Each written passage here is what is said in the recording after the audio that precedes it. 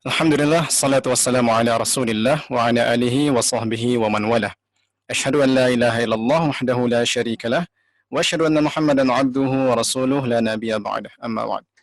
Alhamdulillah, sahabat muslim dimanapun berada, semoga di sore hari ini kita semuanya masih diberikan kesehatan Allah Subhanahu wa taala.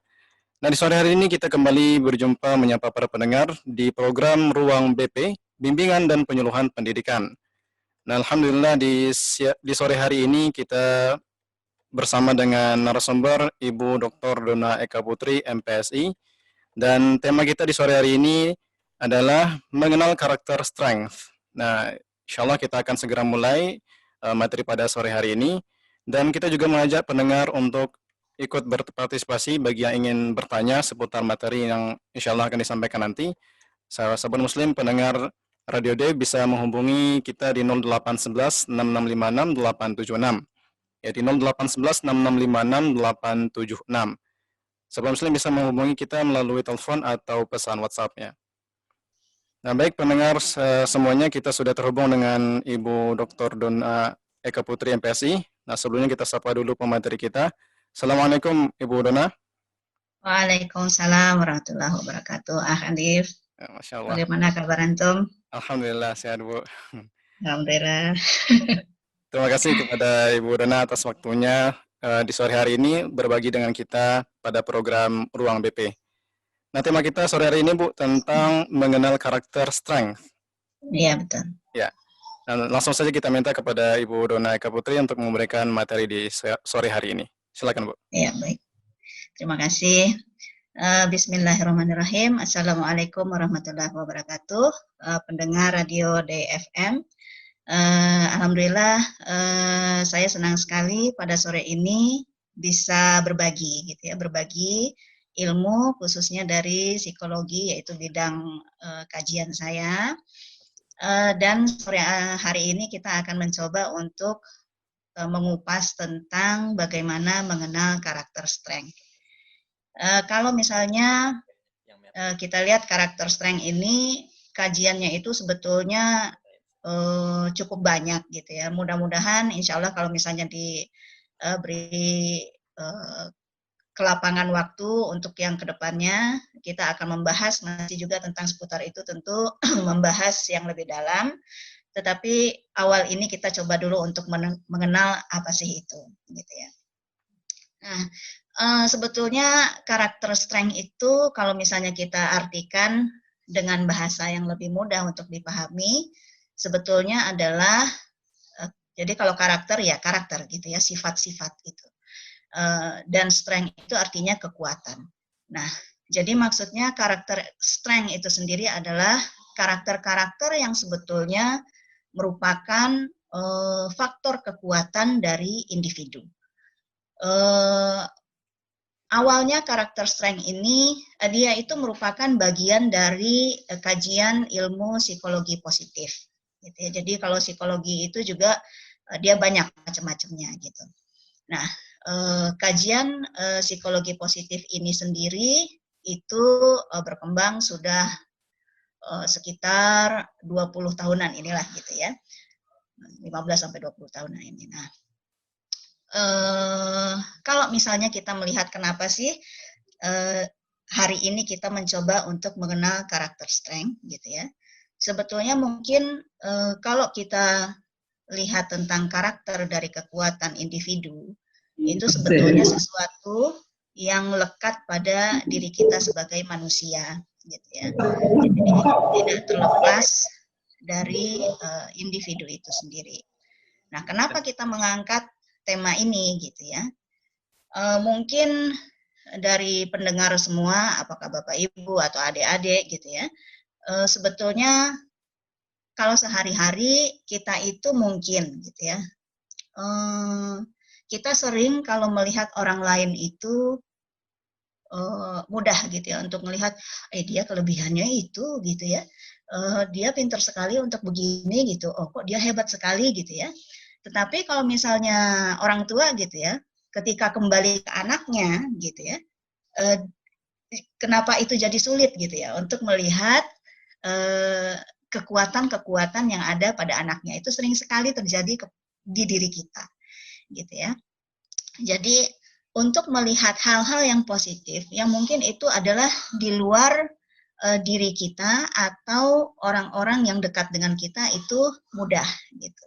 Tetapi kalau untuk melihat pada diri kita sendiri bahkan gitu ya, untuk melihat pada diri kita sendiri atau orang-orang yang ada di dekat diri kita, apakah adik kita, suami kita, istri kita gitu, ada aja mudah sekali untuk melihat salahnya daripada benarnya gitu ya, atau melihat yang kurangnya daripada yang lebihnya gitu.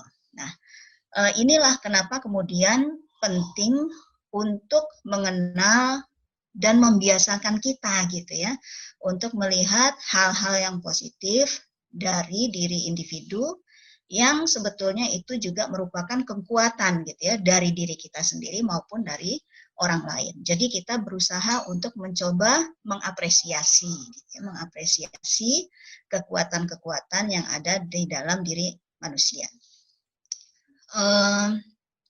Kemudian kalau misalnya kenapa menjadi penting gitu ya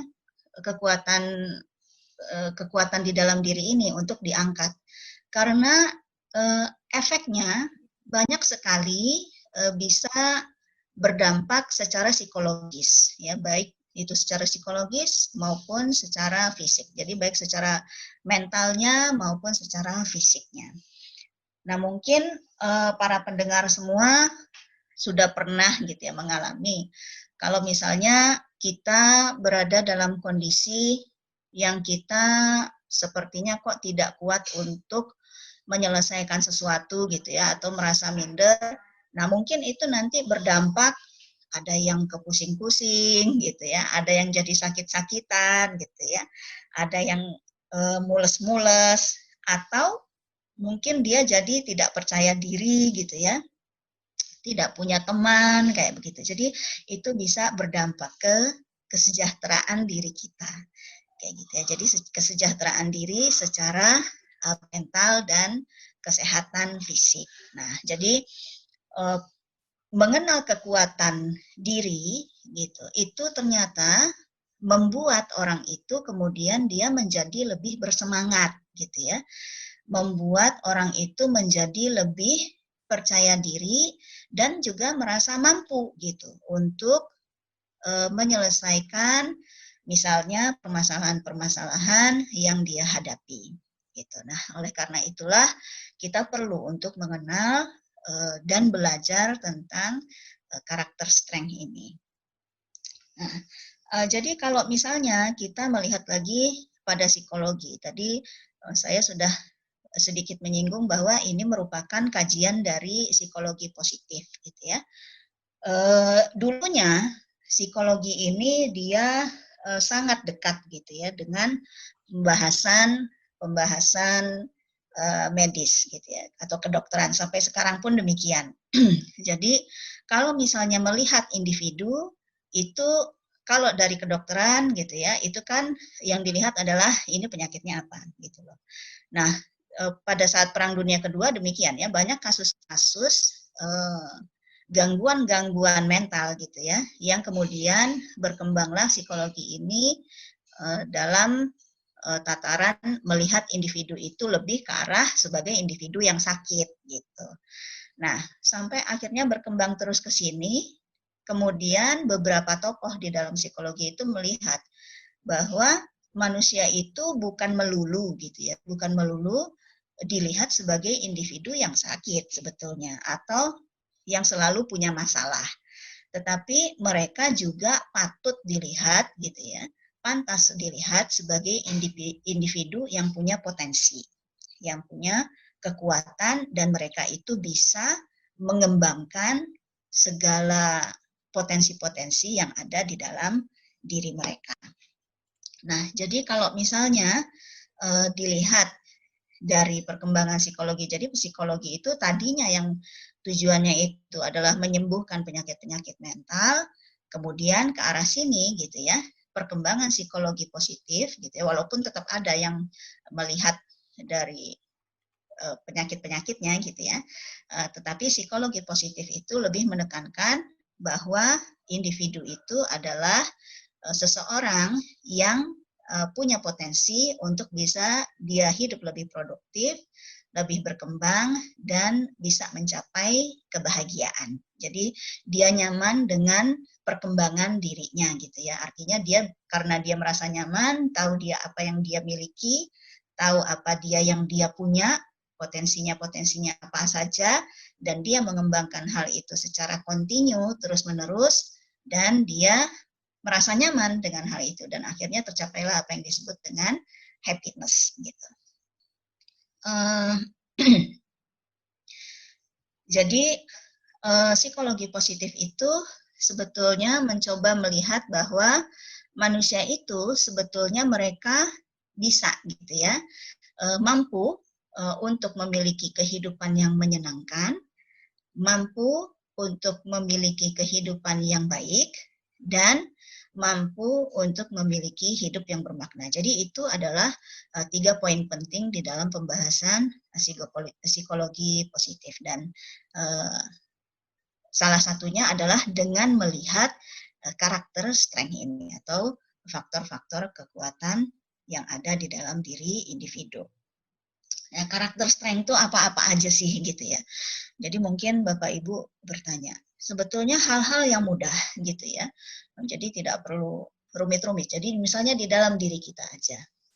Kita mungkin pernah lihat gitu ya, ada misalnya kayak kemarin ini kan ada kalau saya tidak salah di Surau TV juga dibahas memberikan bantuan.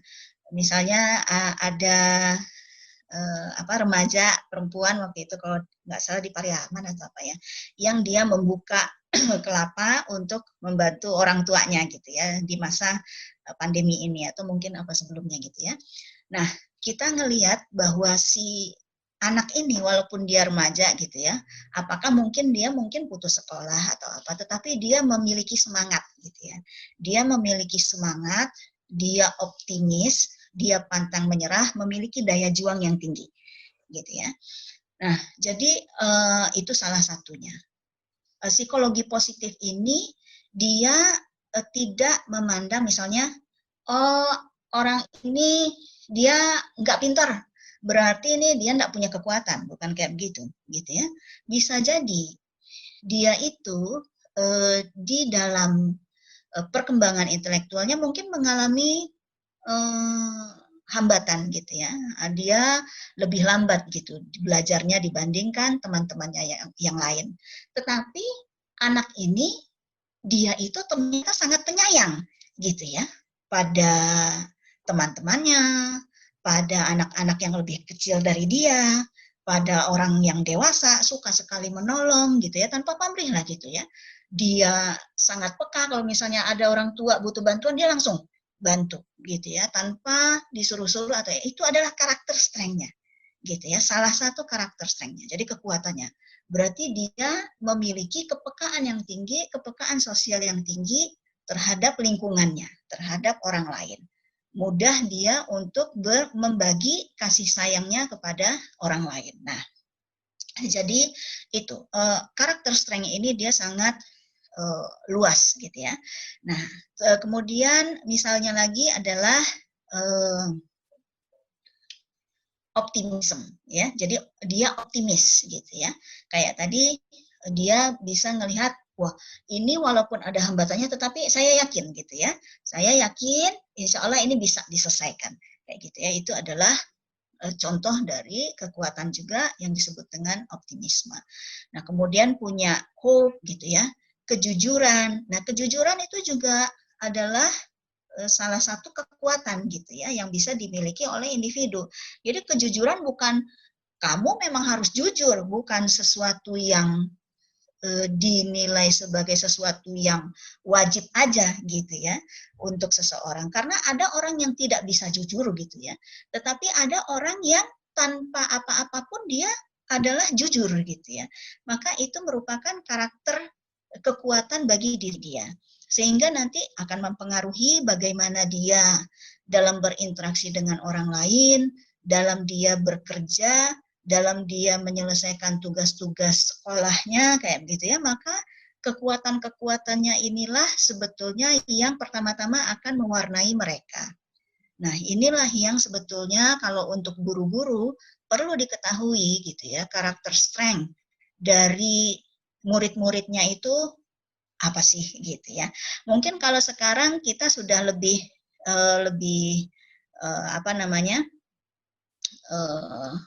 melihat ke siswa itu, rapor itu bukan hanya sekedar masalah ranking dan angka-angka gitu ya, tetapi ada deskripsi-deskripsi gitu ya tentang si siswanya, apa sih yang sudah berhasil dia capai gitu ya, apa sih yang merupakan kekuatan dia. Nah, itu sebetulnya karakter strength. Nah, kalau misalnya di dalam laporan sekolahnya itu masih hal-hal yang negatif gitu ya, yang dominan, yang mendominasi, nah mungkin itu perlu perlu ditinjau ulang kepada laporan gitu ya, apakah guru-guru untuk mencoba melihat sisi positif anak ini apa gitu ya. Jadi coba dicari apa dia kelebihannya dibandingkan dengan teman-temannya yang lain, karena itu penting. Untuk apa? Untuk si anak itu supaya dia bisa lebih percaya diri pada kemampuan dia. Ternyata oh dia punya sesuatu gitu loh yang teman-temannya yang lain tidak punya gitu ya. Oh ternyata dia bisa begini, oh ternyata gitu. Jadi setiap orang sebetulnya punya karakter strength ini. Kalau misalnya tokoh yang mengembangkan karakter strength ini salah satunya adalah Seligman, Martin Seligman. Dia itu membuat ada 24 gitu ya, 24 karakter yang ada di dalam setiap manusia. Jadi setiap individu punya gitu ya, ke-24 karakter ini ya. Karakter positif ini, karakter baik ini. Nah, cuma komposisinya yang berbeda-beda. Ya, komposisinya yang berbeda-beda. Ada yang orang itu, yang ini 5 paling menonjol, sementara yang ini 5 terbawah. Ada orang lain malah kebalikannya gitu ya. Jadi setiap manusia itu unik gitu ya karakternya, komposisi karakternya itu unik. Makanya nggak ada individu yang persis sama cetakannya tuh nggak ada.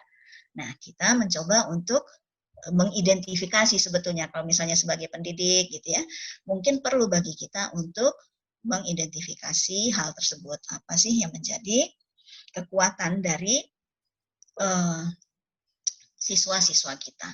Sebetulnya bukan di siswa-siswa aja gitu ya, karena manfaat dari psikologi positif ini pun dalam dunia kerja kayak begitu. Jadi juga bisa mengetahui dari kita misalnya gitu ya, ingin mengetahui apa sih kekuatan kita gitu ya, maka kita bisa ada pemeriksaan psikologinya ya, jadi ada kuesionernya gitu kan, dari situ nanti bisa keluar gitu ya, apa poin-poin terkuat dari diri kita gitu ya. Nah, itu yang merupakan hal-hal yang biasa kita lakukan. Jadi kita memecahkan masalah biasanya dengan cara apa yang menjadi kekuatan kita. Kalau misalnya masih kurang optimal, nanti dioptimalkan dari hal-hal tersebut. Kayak gitu. Nah, makanya tadi saya katakan di awal bahwa ini pembahasannya panjang gitu ya. Untuk sampai kepada implementasinya gitu. Nah, sekarang kita mencoba untuk mengenali dulu.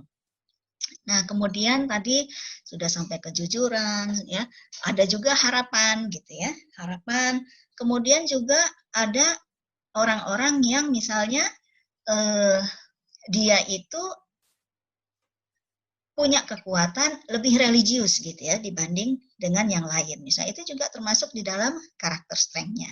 Dan mungkin cara menyelesaikan permasalahannya itu adalah lebih dulu dengan cara-cara yang sifatnya religius dibandingkan dengan yang lain-lainnya. Jadi banyak sekali dari 24 hal tersebut. Nah, kemudian jadi kalau misalnya dilihat kembali lagi ke positif psychology tadi, psikologi positif gitu ya.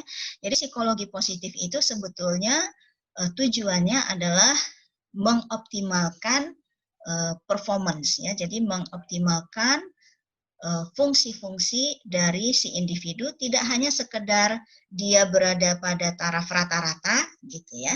Oke, kamu udah oke, nggak sakit gitu ya, bukan hanya sekedar itu aja, tetapi sampai ke arah perkembangan dia menjadi orang yang lebih baik kayak begitu. Ya, jadi dia lebih maju lagi dibanding hanya bisa menyelesaikan masalahnya, tapi dia juga bisa mengembangkan diri dia. Gitu. Kemudian kita mencoba melihat di psikologi positif itu pembahasannya tentang apa aja sih gitu ya. Di psikologi positif ini, jadi dia bukan hanya membahas psikologi positif ini, tadi kan dikatakan melihat sesuatu itu dari sisi positifnya. Jadi maksudnya bukan hanya sekedar positive thinking gitu ya. Kamu harus positive thinking, itu bukan definisi dari psikologi, bukan bahasan dari psikologi positif, bukan hanya itu aja gitu ya. Tetapi cakupannya lebih besar daripada hal tersebut. Nah,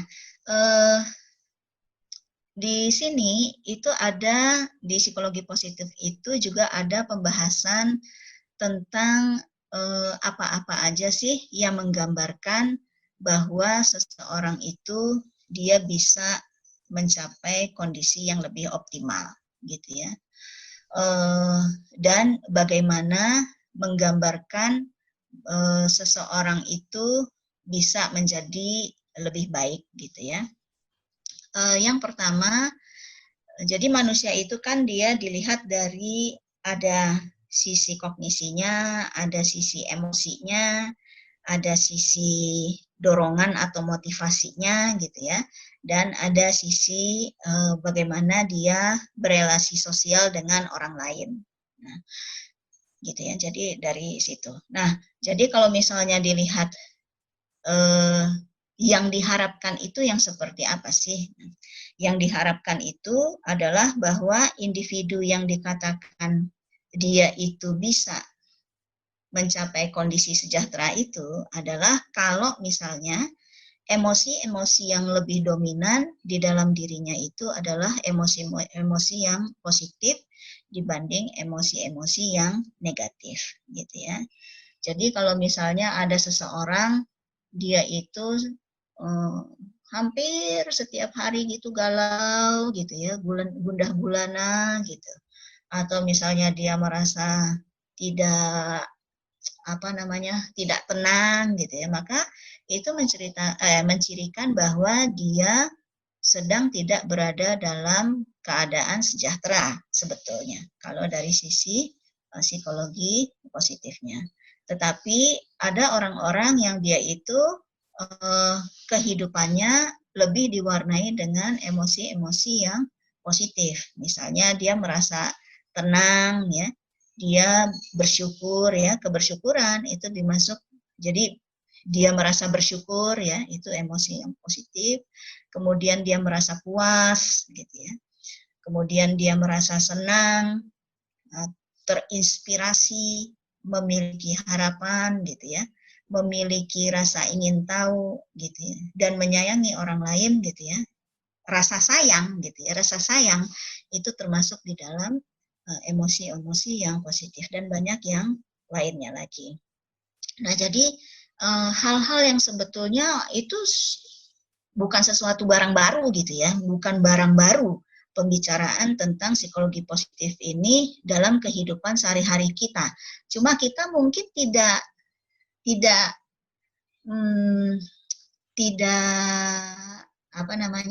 ngeh aja gitu ya, tidak ngeh aja bahwa itu adalah sesuatu yang penting. Kita masih abai gitu ya, kita masih abai dengan hal-hal tersebut. Padahal kalau kita tahu bahwa oh ternyata saya adalah orang yang penyayang gitu ya, dan itu adalah kekuatan saya, maka ketika nanti kita tahu dan kita tujukan apa yang kita lakukan itu untuk menyayangi orang dengan benar-benar, maka ada rasa puas gitu yang muncul di dalam diri kita. Jadi kepuasan tersendiri di dalam diri kita, dan itu membuat kita merasa bisa nanti jadi lebih bersyukur gitu ya, bisa nanti menjadi hati ini lebih lapang gitu ya, kita bisa lebih menemukan makna hidup gitu ya di dalam diri ini, karena kita ternyata bisa bermanfaat untuk orang lain. Oke, itu salah satunya dari sisi emosi. Nah, kemudian ada yang disebut dengan engagement. Jadi engagement itu berkaitan dengan bagaimana keterlibatan kita dalam melakukan sesuatu. Gitu ya. Misalnya teman-teman ada yang atau ada saudara-saudara kita yang menjadi petani gitu ya. Tetapi dia begitu engage ya, begitu terlibat dalam pekerjaannya sehingga ketika dia mencangkul, dia menanam penuh dengan kesukacitaan gitu ya. Jadi dia benar-benar terlibat dalam situasinya, dalam tugasnya gitu ya, dan merasa sangat menikmati apa yang dia kerjakan. Itu hasilnya gitu ya, insya Allah gitu, tentu akan lebih memuaskan dia dibandingkan dengan orang yang kerjanya adalah setengah hati kayak begitu ya, karena dengan dia terlibat penuh di dalam pekerjaannya, misalnya nih saudara-saudara kita yang sedang di radio gitu ya, ketika dia terlibat penuh di dalam tugasnya sebagai penyiar kah, sebagai operator kah di dalam pelaksana radio, dia muncul rasa kepuasan yang tidak bisa terbilang gitu ya dengan hal tersebut. Beda kalau misalnya dia merasa terpaksa gitu untuk melakukan pekerjaan itu, sehingga batasan pencapaiannya dia mungkin oh ya sekedar tugas selesai sudah gitu. Tetapi kalau yang tidak gitu ya, mungkin sih tidak perlu dia kerja sampai 24 jam enggak, tetapi dia pasti akan memaksimalkan apa yang dia bisa gitu untuk menyelesaikan pekerjaannya itu sesuai dengan yang diharapkan atau bahkan lebih kayak begitu ya. Jadi itu akan membuat dia motivasinya, semangatnya untuk mengerjakan tugas-tugas itu menjadi lebih maksimal gitu. Nah, itu adalah masalah engagement. Nah, ketika seseorang dia merasa puas gitu ya, keterlibatannya di dalam pekerjaan itu tinggi, maka dia pun melakukan itu dan hasilnya pun dia akan bahagia gitu loh dengan apa yang dia sudah lakukan gitu. Karena dia sudah benar-benar secara total gitu untuk melakukan sesuatu itu. Sama kayak misalnya kita beribadah gitu ya, ini kan masalah kekhusyuan gitu ya. Kekhusyuan kita dalam mengerjakan tugas gitu ya. Dalam ibadah sholat aja ketika kita itu tidak khusyuk gitu ya, ketika sudah selesai kok kayaknya nggak ada sesuatu gitu ya yang tinggal gitu ya. Tetapi kalau kita khusyuk gitu kan, efeknya kan akan lama gitu ya. Kepuasan yang ada terasa bagi kita itu akan lama gitu ya. Dampaknya akan luar biasa. Nah, itu yang dimaksud dengan engagement gitu ya. Ini ada aja. Nah, kemudian faktor yang ketiga yang bisa dilihat itu adalah relationship ya. Seseorang itu mencoba untuk membangun hubungan positif dengan orang lain. Jadi membangun hubungan positif itu bisa juga dimaknakan dengan saya ketika ada masalah, saya tahu bahwa ada orang-orang yang bisa saya andalkan. Itu salah satunya juga bisa. Atau saya juga bisa menjadi orang yang bisa diandalkan oleh orang lain.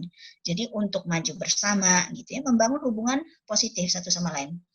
Sama-sama memberitahu gitu ya, satu dengan yang lainnya gitu.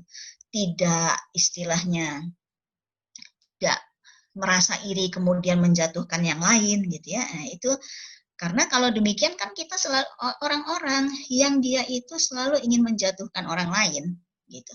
Maka dia selalu akan merasa bahwa orang lain itu adalah musuh dia. Itu tidak sehat gitu ya.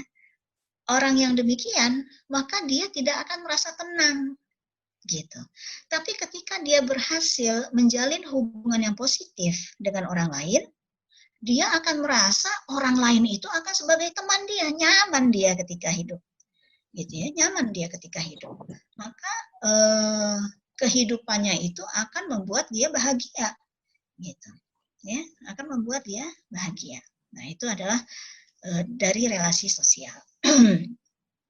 Kemudian yang selanjutnya adalah makna hidup, ya, makna hidup. Nah, ketika orang ini sebetulnya makna hidup itu bisa merupakan hasil dari apa yang ada tadi di positive emotion, dalam keterlibatan engagement tadi maupun di dalam relationship ini gitu ya. Ketika dia merasa bermakna, bukan hanya hidupnya bermakna untuk dia aja, tetapi juga hidupnya bermakna untuk orang lain, maka dia bisa merasakan kesejahteraan di dalam diri dia, gitu ya.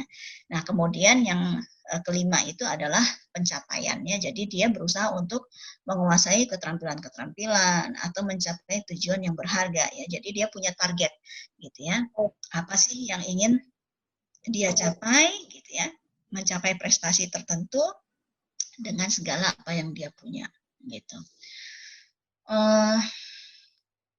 Nah, itu masih penjelasan yang berkaitan dengan psikologi positif gitu ya. Jadi masalah kesejahteraan tadi itu bisa dilihat dari kelima hal tadi itu, emosi positif, engagement gitu ya. Kemudian relasi yang positif dengan orang lain, makna hidup, dan pencapaian prestasi gitu ya.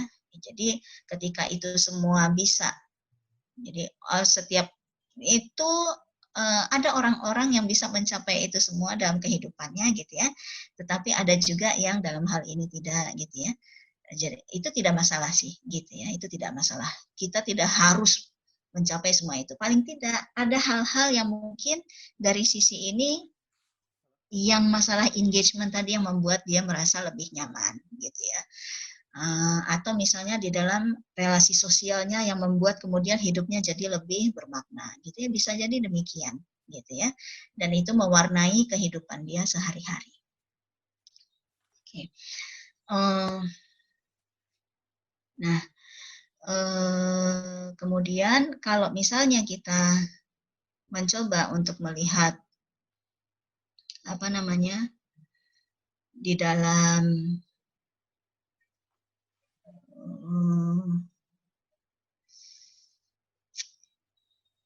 karakter kekuatan ini gitu. Tadi saya sudah mencoba menjelaskan bahwa Martin Seligman itu mencoba untuk menjelaskan ada 24 karakter gitu ya.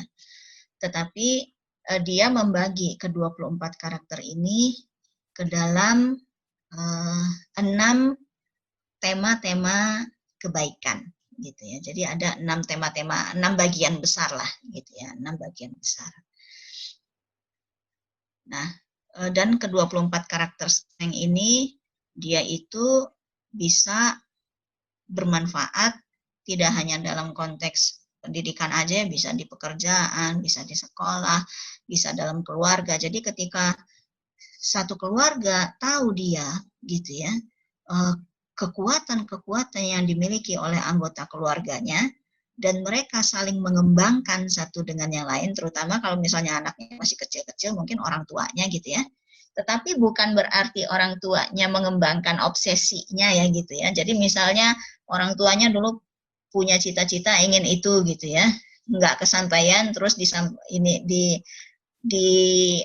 push gitu ya, didorong anaknya supaya untuk menjadi yang sama. Nah itu kan berarti dia tidak melihat nih anak kekuatannya apa gitu ya. Itu karena dia terobsesi. Tapi kalau misalnya dia ngelihat, oh ternyata anak saya punya kekuatannya adalah ini ya, anak saya adalah anak yang berani gitu ya. Kemudian dia penyayang. Nah, kalau kayak begitu, lalu apa yang bisa dia lakukan gitu ya dengan hal tersebut ya. Atau yang lainnya, ternyata istrinya adalah begini, gini gitu ya. Atau dia sendiri juga melihat ya, karena kita seringkali ketika diminta untuk silakan tuliskan kelemahan Anda apa, panjang itu gitu ya, mungkin 1 halaman penuh isinya gitu ya. Ketika disuruh menceritakan, tuliskan apa kelemahan Anda, kita tulis dengan lancar gitu ya. Nah kemudian pindah ke halaman berikutnya, sekarang coba Anda tuliskan kelebihan Anda apa, mungkin 1 aja nggak ketulis gitu ya. Itu sangat lazim gitu ya bagi orang Indonesia gitu ya. Sangat biasa itu. Nah, itu yang perlu diubah gitu ya. Mindset itu yang perlu diubah. Kita mencoba untuk mengajak gitu ya, orang membiasakan diri untuk melihat apa kekuatan-kekuatan yang ada pada diri dia, sehingga bisa dia lebih optimal dengan kekuatan tersebut. Begitu juga apa kekuatan-kekuatan yang ada pada orang lain, sehingga dia bisa mengapresiasi orang itu dengan kekuatannya, dan mungkin dia pun bisa mensupport orang itu dengan kekuatan yang ada pada diri dia dan yang ada pada orang tersebut gitu ya. Nah, dan di dalam bidang psikologi pun itu masih terus dilakukan upaya pengembangan gitu ya. Karena kayak misalnya juga apa ahli-ahli psikologi yang telah agak lawas gitu ya, atau mungkin sudah terbiasa untuk melihat sesuatu dari sisi yang negatifnya gitu ya, untuk mencoba melihat ke hal yang positifnya itu awal-awal memang adalah hal-hal yang sulit gitu ya. Makanya ini memang perlu dibiasakan juga untuk bagaimana bisa melihat karakter strength yang ada dari diri kita sendiri maupun dari orang lain. Mungkin saya serahkan dulu ke Alif kalau misalnya ada yang mau bertanya, karena secara spesifiknya mungkin butuh waktu yang lebih panjang lagi untuk penjelasannya gitu ya secara detail. Tapi kalau misalnya ada yang mau ditanyakan dulu tentang materi yang tadi, silakan. Ya, terima kasih Bu Rona atas materinya di sore hari ini. Nah, tadi kita sudah dengarkan dari pemaparan dari Bu Dona tentang mengenal karakter strength ya. Nah, jadi bagi sahabat muslim pendengar Radio D yang ingin bertanya seputar materi yang sudah disampaikan tadi, maka bisa menghubungi di 0811 6656 876 atau kepada Bapak Ibu guru yang ingin bertanya melalui Zoom juga bisa langsung silakan bertanya, di unmute saja ininya, mic-nya. Bu, ini ada satu pertanyaan Bu, Ya, melalui silakan. ya. Ada yang bertanya tentang kondisi ada seorang anak yang memiliki trauma masa lalu. Nah, jadi anak ini karena memiliki trauma sehingga dia merasa tidak memiliki kelebihan dibandingkan dengan anak-anak yang lain, sehingga sering menyendiri dan susah untuk bersosialisasi. Nah, ini Iya. ketika coba didekati, dia cenderung untuk menjauh ya. Nah, kemudian apa yang mesti dilakukan agar bisa membangun kepercayaan diri untuk anak tersebut? Nah, itu pertanyaan. Iya, jadi mungkin yang bisa dilakukan memang kalau misalnya kita lihat dulu traumanya itu bagaimana gitu ya, dan levelnya seperti apa. Karena ada trauma yang benar-benar sangat mengganggu gitu ya bagi anak, atau ada juga yang bisa diselesaikan dengan lebih cepat. Nah, bisa dia bisa dikonsultasikan dulu dengan psikolog. Kalau di Padang mungkin sudah banyak sekarang yang psikolog-psikolog yang praktek gitu ya, diselesaikan permasalahannya ini apa dulu. Mungkin dia ada permasalahan emosional yang dia alami gitu ya. Nah, kemudian setelah itu baru nanti kita lihat apa karakter dia yang sebetulnya menjadi kekuatan. Kita bisa nanti memberikan informasi ini pada dia gitu ya, bahwa kamu itu sebetulnya punya kekuatan ini loh gitu. Jadi si anak ini mungkin karena dia selama ini tidak pernah diinformasikan hal tersebut, dia sendiri pun jadi tidak melihat gitu ya apa yang dia apa yang dia punya sebagai kekuatan. Dan orang tuanya mungkin juga atau guru-gurunya juga mungkin karena bingung mengatasi anak ini, nah gitu terhadap traumanya. Nah, itu dulu yang mesti diselesaikan. Baru kemudian dilakukanlah gitu pengukuran terhadap kekuatannya ini. Ya, jadi itu memang harus dengan konseling, karena kita tidak bisa, misalnya nih saya sebagai psikolog ada yang konsultasi, itu harus yang bersangkutan menceritakan gitu ya, atau misalnya orangnya yang menceritakan permasalahannya apa secara detail, penanganannya pun tidak bisa dipukul rata gitu ya. Kalau misalnya trauma harus dengan cara ini selesai gitu, enggak. Kita mesti lihat apa permasalahannya, apa yang terjadi pada dia. Kalau misalnya dia melihat sesuatu atau apa yang sama dengan traumanya dulu kayak gitu, itu diselesaikan dulu. Bisa jadi bukan trauma gitu ya, tetapi dipahaminya sebagai trauma, lalu nanti baru kita lihat, kita ukur, oh ini kekuatan anak ini sebetulnya apa. Dari observasi guru-guru mungkin kita bisa lihat gitu ya, sebetulnya si anak ini apa sih gitu ya, yang dia miliki gitu. yang dia miliki, sehingga guru bisa gitu mulai menyampaikan kepada anak, kamu kan sebetulnya kayak begini, coba lihat. Teman-temannya juga mungkin bisa gitu. Karena gini, ada waktu itu misalnya di kelas gitu ya, di kelas. Jadi instrukturnya ini meminta kepada peserta kelas itu, yang kebetulan mereka adalah teman-teman sekelas, untuk menuliskan apa kelebihan yang dia lihat pada temannya gitu. Nah, setelah ditulis oleh teman-temannya itu, kemudian dibagikan, terus setiap orang nanti bergilir gitu ya, menuliskan. Nah, sampai pada giliran si anak ini yang dia sebetulnya merasa tidak percaya diri, ketika dia membaca, ternyata tapi harus kelebihan ya, bukan kekurangan, kelebihan.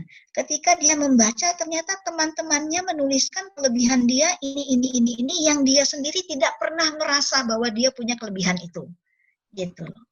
Ketika dia melihat, oh teman-temannya ternyata melihat ada kelebihan pada dia, baru dia kemudian sadar, oh ternyata saya punya ini, gitu. Dan itu membuat dia kemudian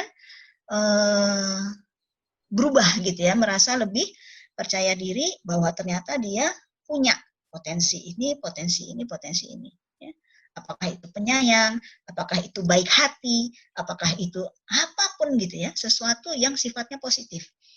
Ya, kelebihan yang dilihat oleh orang lain dari diri dia. Jadi kita itu bisa tahu kelebihan dari diri kita atau kekurangan dari diri kita karena kita menilai diri kita sendiri atau orang lain yang menilai diri kita. Nah, kadang-kadang kita pun tidak bisa menilai apa yang ada di diri kita. Bisa jadi karena kita punya masalah gitu ya, sehingga yang terlihat itu saya nggak mampu, saya nggak ini, saya nggak itu, saya nggak segala macamnya. Padahal orang melihat sisi yang lain, gitu ya. Dan kita baru tersadar kemudian demikian. Kalau misalnya lihat, saya nggak kayak gini, saya nggak kayak gini, itu biasanya kita sarankan untuk, kalau misalnya dia memang merasa bermasalah, konsultasi gitu ya. Ya, artinya dia masih berusaha untuk menyangkal gitu ya, bahwa dia punya potensi-potensi yang ini gitu. Mungkin untuk sementara itu dulu Ya, terima kasih Bu. Ini ada satu Ya, lagi pertanyaan dari Bapak Asratul Hamdi. Ya, pertanyaannya, ya. bagaimana cara menampung nilai karakter anak tadi sehingga bisa mewakili karakter si anak dan tampil di dalam rapor? Nah, sementara sistem pendidikan kita belum mewakili ini. Nah, sebetulnya ini ada alat ukurnya, gitu ya. Ada alat ukurnya di website yang dikembangkan oleh si Martin Seligman dan timnya, gitu ya. Namanya karakter strength, gitu. Nah, itu ada alat ukurnya untuk anak-anak maupun orang dewasa, gitu ya. Sebetulnya kalau misalnya ada di misalnya teman-teman akademisi ya, para guru atau apa yang melakukan penelitian dan berusaha untuk mengadaptasi alat ukur itu dengan versi Indonesia, dia sebetulnya versi Indonesianya ada, gitu ya. Jadi kalau misalnya kita mau mengukur apa saja kekuatan kita, kita bisa masuk ke websitenya, pilih alat ukurnya, pilih versi bahasa Indonesianya, kita tinggal kerjakan, gitu. Tetapi data kita itu masuk ke mereka sebagai bank data mereka, gitu ya, bank data penelitian mereka. Enggak masalah sih kalau untuk itunya. Tetapi kita bisa punya gambaran tentang hal tersebut. Kalau misalnya ada teman-teman dari guru yang mencoba untuk mengadaptasi dan membuat gitu ya, nah itu akan lebih baik sekali gitu ya. Kita punya versi kita sendiri yang bisa dikembangkan dan mengukur bagaimana kelebihan dari siswa-siswa kita, dan itu kemudian bisa kita laporkan sebagai masukan bagi orang tua. Itu yang pertama. Yang kedua, kita bisa membuat, misalnya mengacu pada karakter strength yang ini, atau misalnya kita punya yang lain. Misalnya kan kita sudah tahu bahwa ada teladan-teladan dari sifat-sifat Rasulullah gitu ya, sallallahu. Kita bisa jadikan itu sebagai poin-poin yang menjadi sebagai karakter strength. Itu kan sebetulnya karakter strength itu, uswatun hasanah itu. Dan itu nanti kita observasi dari anak didik kita bagaimana sih gitu. Apa yang menonjol dari beberapa poin itu. Nanti bisa kita gambarkan. dan itu bisa kita laporkan di laporan bagi orang tua. Dan sebetulnya bukan hanya sekedar laporan aja sebetulnya yang orang tua perlu gitu ya. Yang orang tua perlu itu adalah juga bagaimana kemudian mengembangkan hal tersebut. Nah, itu dia gitu ya. Jadi mungkin perlu nanti ada mengundang beberapa ahli kah gitu ya untuk membicarakan masalah itu, atau guru-guru itu di support untuk misalnya untuk mengikuti pelatihan yang berkaitan dengan ini kah. Jadi lebih tahu gitu. Untuk bagaimana supaya implementasi di rumahnya kayak gimana, karena kalau di sekolah mungkin guru-guru bisa gitu kan ya, tetapi ketika sampai di rumah orang tua juga supaya bisa mensupport apa yang sudah dilakukan di sekolah, nah itu tentu akan lebih baik lagi kayak begitu gitu. Ya, terima kasih Bu Dona atas jawabannya. Bagi sahabat muslim yang ingin bertanya, bisa menghubungi kita di 0811 6656 876. Mungkin ada dari Bapak Ibu guru yang ingin bertanya melalui Zoom. Silakan di unmute. Assalamualaikum warahmatullahi wabarakatuh. Waalaikumsalam warahmatullahi wabarakatuh. Syukran atas waktu yang diberikan. Ana Rosyidi dari SMA DIBS. Yang ingin saya tanyakan, Ibu, bahwa kita masing-masing kita memiliki karakter strength ini, seperti semangat, daya juang yang tinggi, kepekaan sosial yang tinggi, kejujuran, kekuatan. Artinya masing-masing kita sudah punya bibit ini.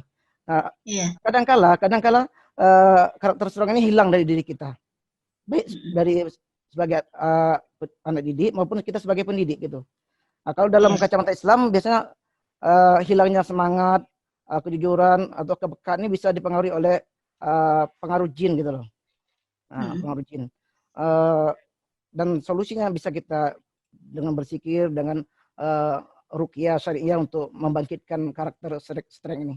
Nah, yang ingin saya tanyakan, Bu, bagaimana faktor apa saja yang dapat mempengaruhi karakter strength pada siswa, dan bagaimana cara membangkitkan karakter strength ini pada siswa dan juga pada kita sebagai pendidik, Bu. Terima kasih, Bu. Barakallahu fiik. Assalamualaikum warahmatullahi wabarakatuh. Waalaikumsalam warahmatullahi wabarakatuh. Terima kasih Bapak Rosyidi ya. Jadi sebetulnya karakter strength itu sendiri, itu tadi kalau misalnya yang si Seligman ini membahasnya 24. Tapi mungkin kalau kita kupas dari Al-Quran, dari hadis-hadis, mungkin bisa jadi lebih banyak lagi gitu loh. Karakter strength yang dicontohkan oleh Rasulullah SAW gitu ya. Nah, jadi psikologi itu adalah ilmu yang nilai-nilainya gitu sebetulnya udah ada bunyi di Islam ya, di ajaran Islam itu udah ada. Jadi psikologi ini kalau misalnya kita mau mematchkan beberapa, tidak 100% gitu ya, beberapa itu banyak yang match-matchnya gitu loh dengan ajaran-ajaran yang ada di kita. Jadi kita sebetulnya tidak perlu merasa khawatir gitu ya ketinggalan dari ilmu yang lain karena sudah lengkap semuanya diajarkan di Islam. Cuma bagaimana kita peka untuk menangkap bahwa oh ternyata ini adalah itu yang perlu kita latih dan kita olah, kita gali gitu ya, apa aja yang ada diajarkan di dalam Islam ini.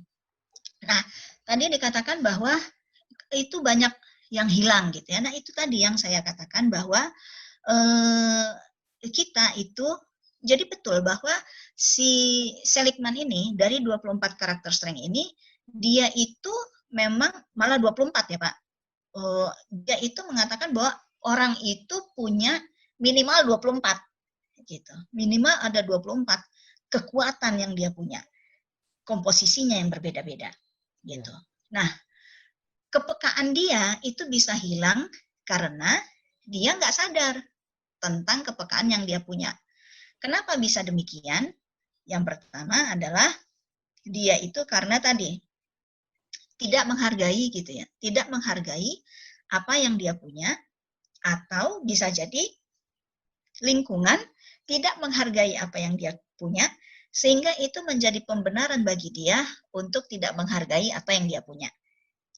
Gitu ya Pak. Jadi bisa jadi dari diri dia sendiri tidak melihat itu, menganggap abai, atau karena adanya perilaku yang berulang-ulang dari lingkungan gitu ya, yang tidak menghargai potensi tersebut, Sehingga lama-lama konsekuensi yang dia terima itu membuat akhirnya dia sendiri jadi abai.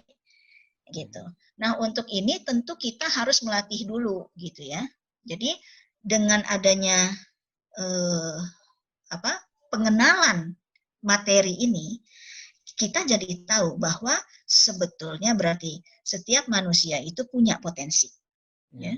Potensi untuk maju, potensi untuk sejahtera gitu ya.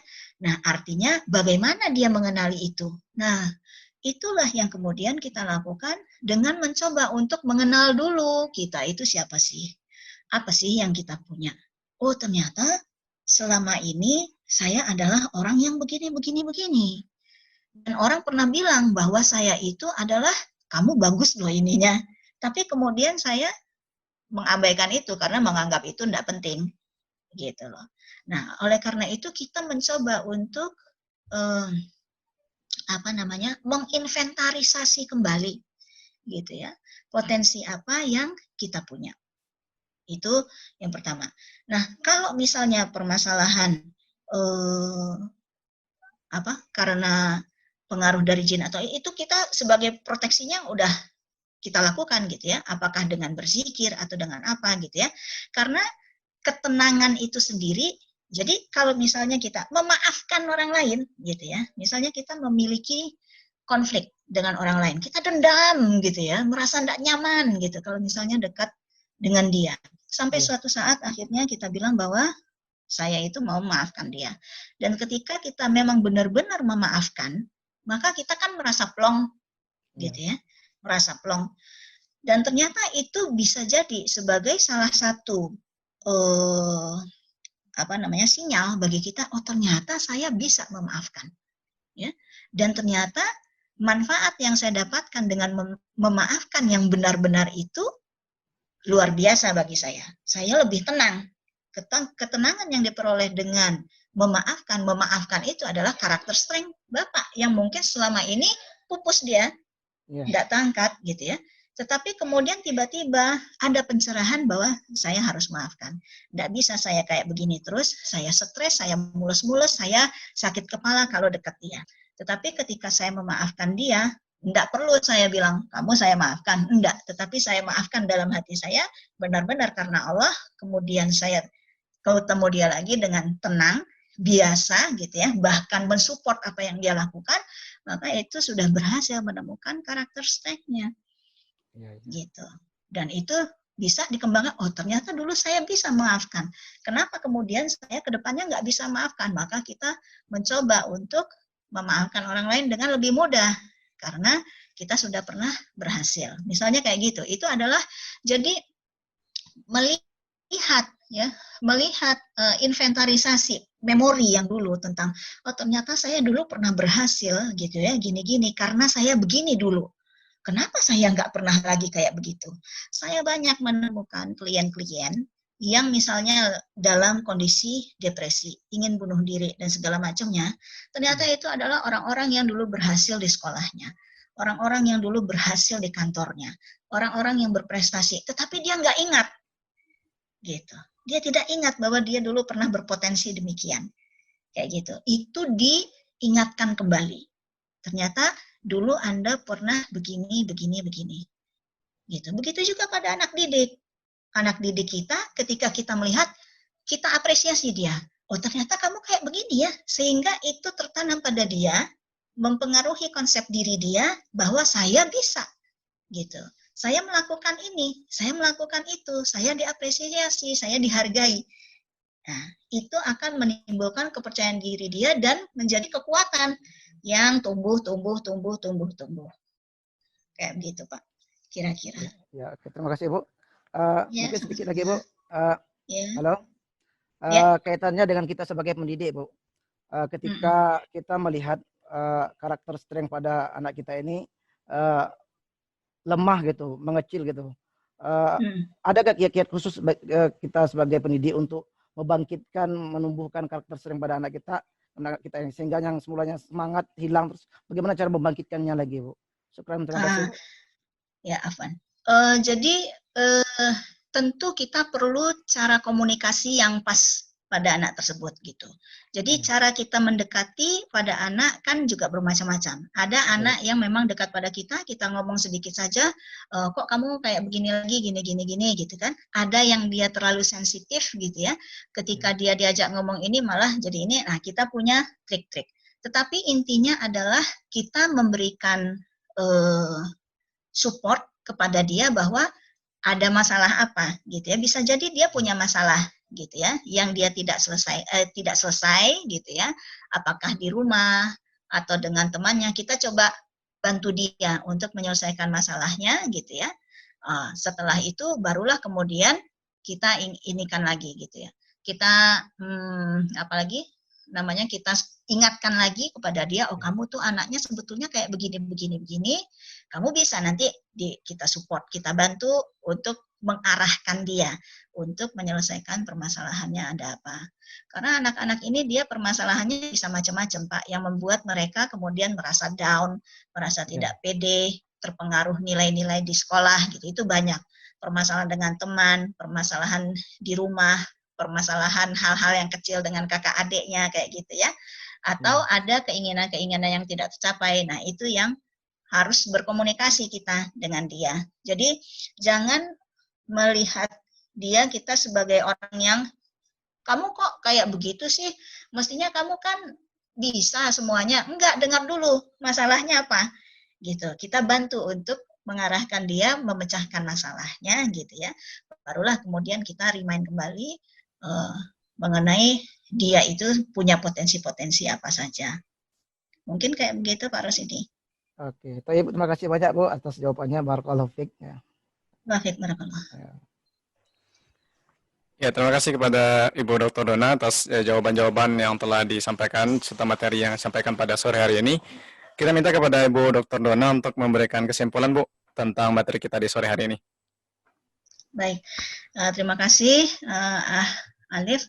Jadi alhamdulillah Bapak Ibu dan pendengar semuanya, dari materi yang sudah disampaikan tadi bahwa menjadi hal yang perlu kita garis bawahi bahwa mengenali karakter strength itu adalah suatu hal yang penting, apakah itu dalam mengenali kekuatan yang ada di dalam diri kita maupun untuk mengenali kekuatan yang ada pada diri keluarga kita terutama gitu ya, apakah itu anak kita, pasangan kita gitu, sehingga kita bisa mengapresiasi kekuatan-kekuatan yang ada pada diri mereka, pada diri kita, dan kita nantinya juga akan lebih mudah gitu untuk mencapai kondisi di mana kita merasa lebih bahagia, merasa lebih puas dengan hidup ini, menemukan hidup yang lebih bermakna gitu ya.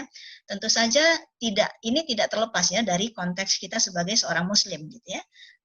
Karena jelas sekali bahwa karakter strength ini memang dikemukakan teorinya oleh ahli-ahli dari barat gitu ya.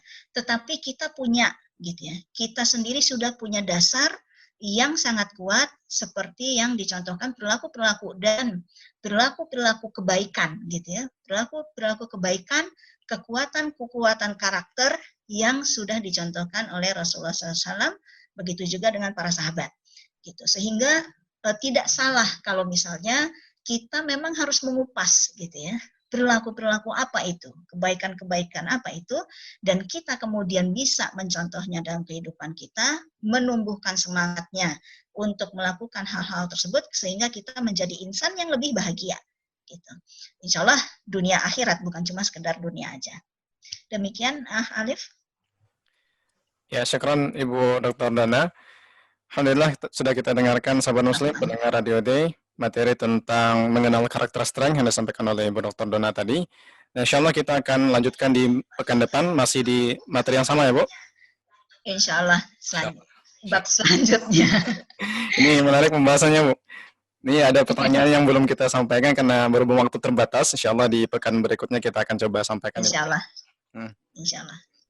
Nah, kita juga ingatkan kepada sahabat muslim, pendengar Radio Day dan juga Bapak Ibu Guru bahwa untuk program di sore hari ini, program Ruang BP tidak hanya sekedar bertanya, Mungkin Bapak Ibu juga ada yang ingin konsul juga bisa ditanyakan di program kita di sore hari ini. Nah, selagi kita ucapkan terima kasih jazakillah khairan kepada Ibu Dr. Rona Eka Putri atas materi di sore hari ini. Kami mewakili tim yang siar di sore hari ini. Mohon maaf apabila ada yang kurang berkenan dari penyampaian. Kita tutup program sore hari ini dengan doa kafaratul majelis. Subhanakallahumma bihamdika asyhadu an la ilaha illa anta astaghfiruka wa atubu ilaik. Sallallahu alaihi wasallam ala nabiyina Muhammad. Assalamualaikum warahmatullahi wabarakatuh. Waalaikumsalam warahmatullahi wabarakatuh. Mohon pamit Bapak Ibu semuanya. Ya, syukur jazakumullah khairan, Bu. Jazakallahu khairan.